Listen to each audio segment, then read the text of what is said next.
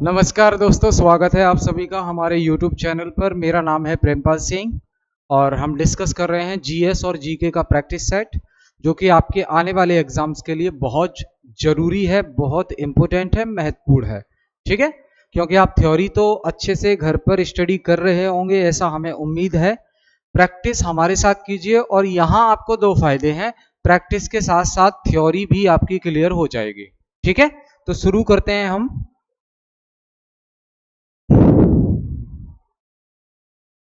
ठीक, पहला सवाल है आपके सामने, भारतीय संविधान का वो कौन सा अनुच्छेद है जो संवैधानिक उपचारों के अधिकार से संबंधित है?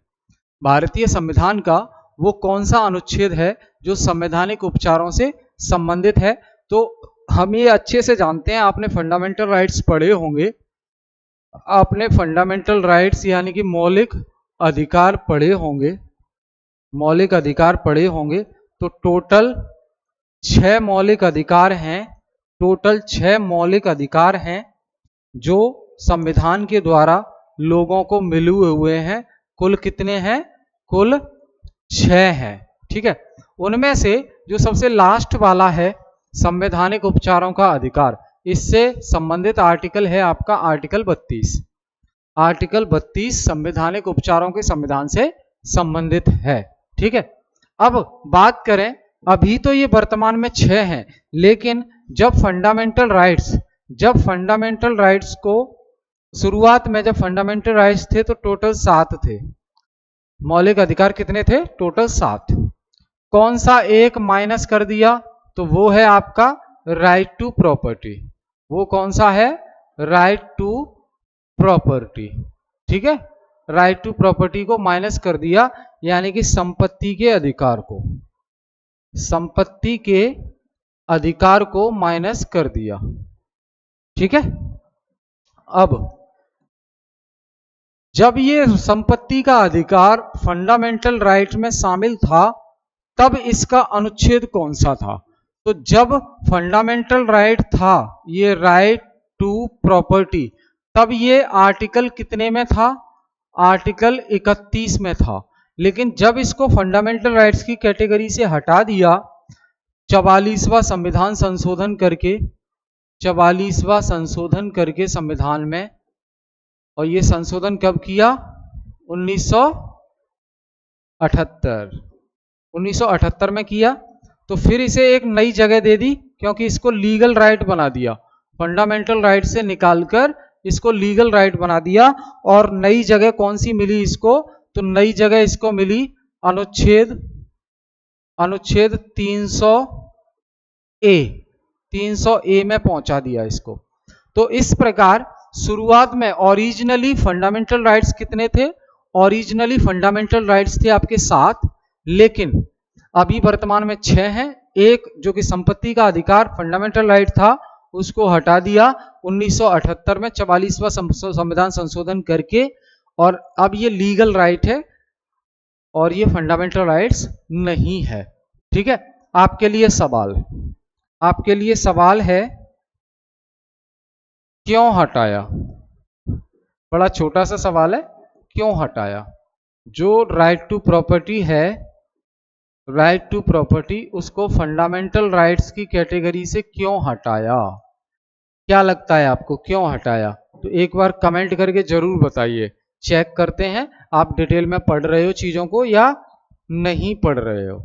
ठीक है, अगला सवाल, विच of the following is an indirect tax? निम्नलिखित में से इनडायरेक्ट टैक्स कौन सा है? तो भैया सीधे सीधे हमें दिख रहा है इनडायरेक्ट टैक्स है जीएसटी। जीएसटी मतलब वस्तु एवं सेवा कर, वस्तु एवं सेवा कर, ये आपका इनडायरेक्ट टैक्स है, यानी कि अप्रत्यक्ष कर है। अब क्या होता है? तो देखो, ये एक होता है प्रत्यक्ष कर, एक होता है प्रत्यक्ष कर, और दूसरी तरफ है आपका अप्रत्यक्ष कर, दूसरी तरफ है आपका अप्रत्यक्ष कर, यानी कि डायरेक्ट टैक्स और इनडायरेक्ट टैक्स। तो यहां पे प्रत्यक्ष कर कौन सा होता है?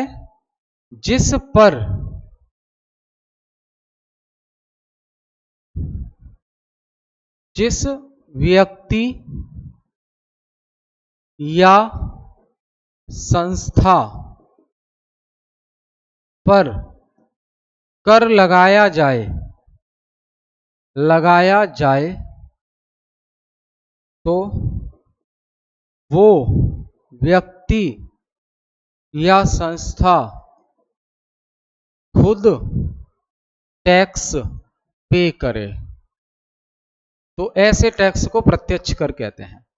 डायरेक्ट टैक्स वो टैक्स होता है कि ये टैक्स जिस पर लगाया जाता है वही इस टैक्स को पे करेगा सरकार को। ठीक है, जैसे एग्जाम्पल में प्रत्यक्ष कर में इनकम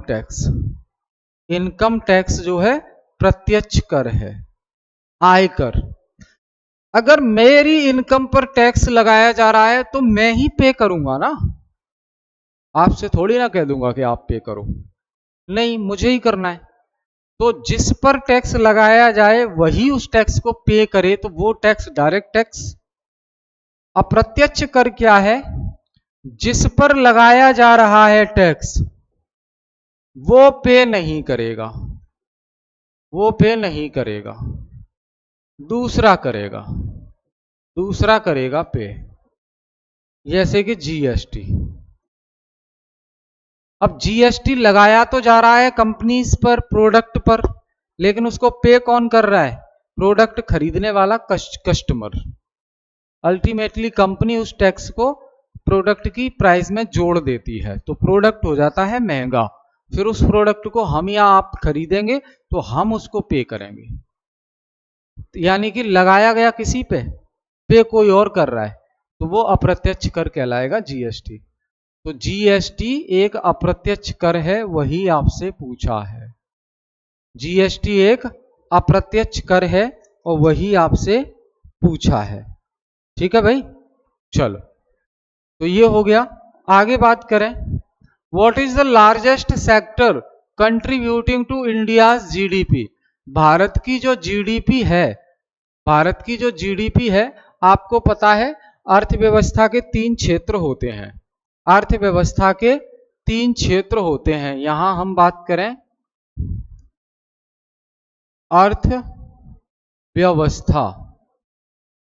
अर्थव्यवस्था के क्षेत्र, यानी कि जिनसे मिलकर पूरी जीडीपी बनी होती है। तो वो क्षेत्र कौन से होते हैं? वो क्षेत्र होते हैं दोस्त, पहला प्राथमिक क्षेत्र है ना, और दूसरा द्वितीयक या उत्पाद क्षेत्र, तीसरा है सेवा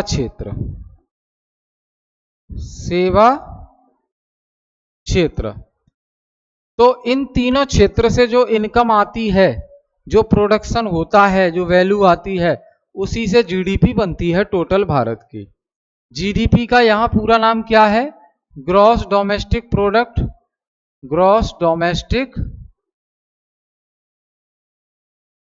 प्रोडक्ट, यानी कि सकल घरेलू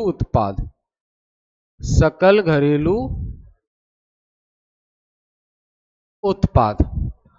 तो प्राथमिक क्षेत्र जो कृषि या कृषि से संबंधित होता है, द्वितीयक क्षेत्र उत्पादन जहां हो सामान का, यानी कि उद्योग, तृतीयक क्षेत्र यानी कि सेवा, जैसे कि बैंक, रेलवे, अस्पताल, स्कूल, ये सब सेवा क्षेत्र में आएंगे।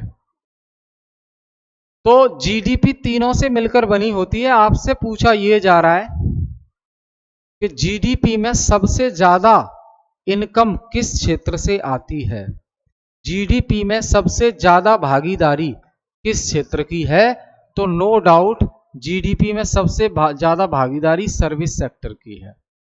जीडीपी में सबसे ज्यादा भागीदारी सर्विस सेक्टर की है।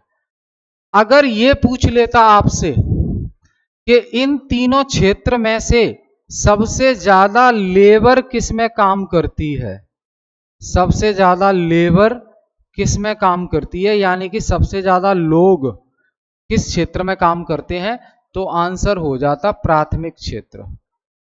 प्राथमिक क्षेत्र में सबसे ज्यादा लोग काम करते हैं और सेवा क्षेत्र से सबसे ज्यादा इनकम आती है। तो ऐसा बिल्कुल मत समझना कि ज्यादा लोग काम करें तो उसी से ज्यादा इनकम आएगी, नहीं। प्राथमिक क्षेत्र में सबसे ज्यादा लोग काम करते हैं, लेकिन इनकम सबसे ज्यादा सेवा क्षेत्र की आती है, इनकम सबसे ज्यादा सेवा क्षेत्र की से आती है। ठीक है। अब जीडीपी से जीडीपी, जीएनपी, एनडीपी, एनएनपी, इनसे ही बाद में नेशनल इनकम बनती है, राष्ट्रीय आय, नेशनल इनकम। क्योंकि एनएनपी को अगर फैक्टर कॉस्ट पर काउंट करें, फैक्टर कॉस्ट पर काउंट करें तो वही राष्ट्रीय आय कहलाती है, राष्ट्रीय आय कहलाती है। ठीक है।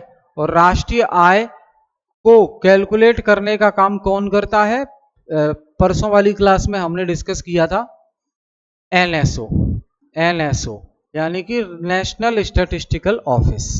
ठीक है। एनएसओ कब बना, 2019 में।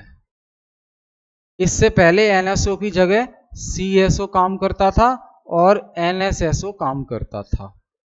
ठीक है, याद रहेगा। चलो बहुत बढ़िया, आगे बात करें। What is India's rank in the world in terms of nominal GDP. नाम मात्र सकल घरेलू उत्पाद में विश्व में भारत का कौन सा स्थान है, विश्व में भारत का कौन सा स्थान है, तो भैया इंडिया की जीडीपी 5वें नंबर की जीडीपी है वर्ल्ड में।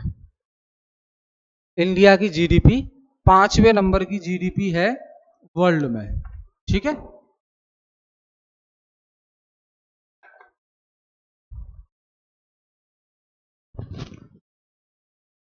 पांचवें नंबर की जीडीपी है नॉमिनल जीडीपी के मामले में, तो ये याद रखेंगे आप।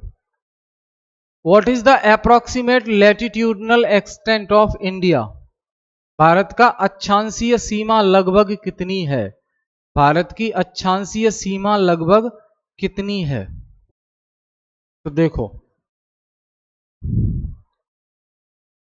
8 डिग्री 4 मिनट्स नॉर्थ, कितनी, 8 डिग्री 4 मिनट्स नॉर्थ से 37 डिग्री 6 मिनट नॉर्थ, ये आपकी अक्षांशीय सीमा है, अक्षांशीय सीमा है भारत की। ठीक है, ये यहां पे हो गया और ये हो गया यहां पे, क्योंकि अब ये दोनों तरफ नॉर्थ नॉर्थ क्यों आया है, तो अभी मैंने आपको बताया, शायद पिछली क्लास में बताया था, ये जैसे अर्थ है हमारी, ये अर्थ है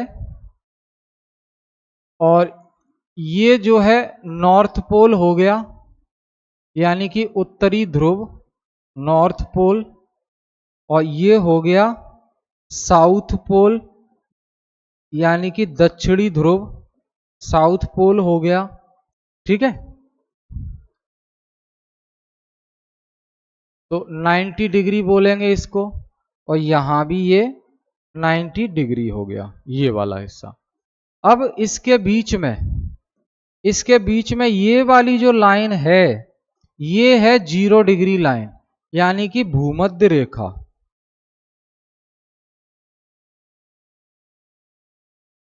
भूमध्य रेखा ये लाइन, तो देखो ये जो इक्वेटर है यानी कि भूमध्य रेखा, इक्वेटर, ये पृथ्वी को 2 बराबर हिस्सों में अलग अलग डिवाइड कर देता है।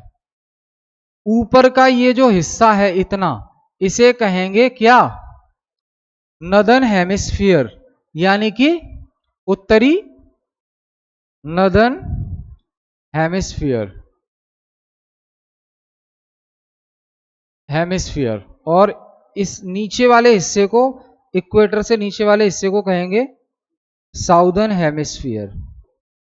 साउदर्न हेमिस्फीयर यानी कि उत्तरी गोलार्ध और दक्षिणी गोलार्ध। तो इक्वेटर से नीचे का हिस्सा दक्षिण का, साउथ का, और इक्वेटर से ऊपर का हिस्सा जो है नॉर्थ का। और ये जो लाइन एक खींच देंगे हम, ये 0 डिग्री लाइन आ जाएगी देशांतर की, देशांतर। और ये जो लाइन है वो अक्षांश है, अक्षांश है। ठीक है, तो इंडिया, अपना जो इंडिया है वो यहां पर लाई कर रहा है मान लो। तो इंडिया तो पूरा इस पोजीशन से इस पोजीशन तक पूरा नॉर्थ में हुआ ना, साउथ तो इस इक्वेटर के नीचे लगेगा, इक्वेटर के ऊपर पूरा नॉर्थ ही हुआ। तो इसलिए इंडिया की जो पोजीशन है वो 8 डिग्री 4 मिनट नॉर्थ से 37 डिग्री 6 मिनट नॉर्थ, इतना हो जाएगा। याद रहेगा? आई होप क्लियर है। Which of the following state has the longest coastline in India?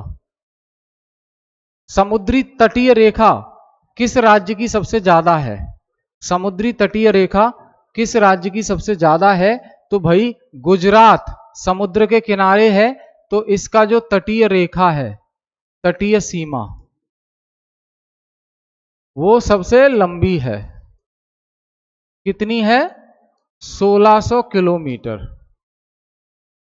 Gujarat अरब सागर में लगता है, तो इसकी जो है सीमा कितनी है, जो समुद्री सीमा है वो 1600 किलोमीटर लंबी है। तो सबसे ज्यादा जो कोस्ट लाइन है वो गुजरात की है।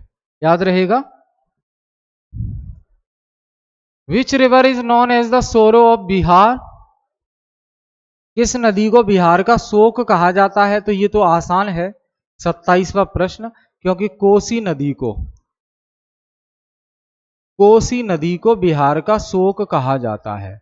बाढ़ बहुत आ जाती है, इसकी वजह से बाढ़ बहुत आती है, तो इसलिए इससे दुख उत्पन्न होता है, परेशानी उत्पन्न होती है, तो इसे बिहार का शोक कहा जाता है, यानी कि दुख।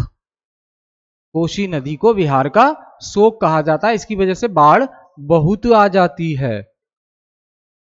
मौर्यन एम्पायर के टाइम पर, मौर्य साम्राज्य के टाइम पर किस ग्रंथ में प्रशासन और मौर्य सरकार की संरचना के बारे में विस्तृत जानकारी दी गई है? वो कौन सा ग्रंथ है जिसमें मौर्य साम्राज्य के प्रशासन और मौर्य सरकार की संरचना के बारे में विस्तृत जानकारी दी गई है? तो वो ग्रंथ कोई और नहीं, वो ग्रंथ कोई और नहीं, वो है आपका अर्थशास्त्र। उस किताब का नाम क्या है? अर्थशास्त्र। अब अर्थशास्त्र के रचयिता कौन है? तो अर्थशास्त्र लिखी है कौटिल्य ने। किसने लिखी है? अर्थशास्त्र कौटिल्य ने लिखी है। कौटिल्य को ही हम जो है विष्णुगुप्त के नाम से जानते हैं, कौटिल्य को ही विष्णुगुप्त के नाम से जाना जाता है, और इन्हीं को हम चाणक्य के नाम से भी जानते हैं, इन्हीं को हम चाणक्य के नाम से भी जानते हैं। तो अर्थशास्त्र नाम से पता लग रहा है आपको कि ये शायद इकोनॉमिक्स की किताब है, पर ये इकोनॉमिक्स की किताब बिल्कुल नहीं है, ये प्योर एडमिनिस्ट्रेशन की किताब है। प्रशासन कैसे चलाया जाए उससे संबंधित ये किताब है, आपकी एडमिनिस्ट्रेशन से रिलेटेड किताब है। ठीक है। अगला, the western ghat and eastern ghat meet at which of the following hill? जो वेस्टर्न घाट है, जो पश्चिमी घाट है और पूर्वी घाट है, ये तो पश्चिमी, यहां पे पश्चिमी घाट और ये पूर्वी घाट। ठीक है, तो ये किस पर्वत श्रृंखला पर मिलते हैं? किस पर्वत श्रृंखला पर मिलते हैं? तो नीलगिरी हिल्स, नीलगिरी हिल्स पर दोनों मिलते हैं। नीलगिरी हिल्स के एक तरफ केरल है, एक तरफ कर्नाटक, एक तरफ तेलंगाना। ठीक है, तो ये याद रखना है आपको, नीलगिरी हिल्स पर मिलते हैं। अंडमान और निकोबार आइलैंड सेपरेट हो जाते हैं किसके द्वारा? अंडमान और निकोबार को सेपरेट करने वाला लाइन कौन सी है? अंडमान निकोबार को सेपरेट करने वाली लाइन कौन सी है? तो भाई देखो, जो 10 डिग्री चैनल है, जो 10 डिग्री चैनल है वो क्या करता है? अंडमान एंड निकोबार आइलैंड को सेपरेट करता है। अंडमान और निकोबार आइलैंड को सेपरेट करता है 10 डिग्री चैनल। 10 डिग्री चैनल, ठीक है, याद रहेगा। आई होप क्लियर है। तो ये हमने प्रश्न डिस्कस किए, आई होप पसंद आए होंगे। फिर हम मिलेंगे अगली क्लास में कुछ और क्वेश्चंस के साथ। तो thank you all of you, बहुत बहुत धन्यवाद आपका जुड़ने के लिए।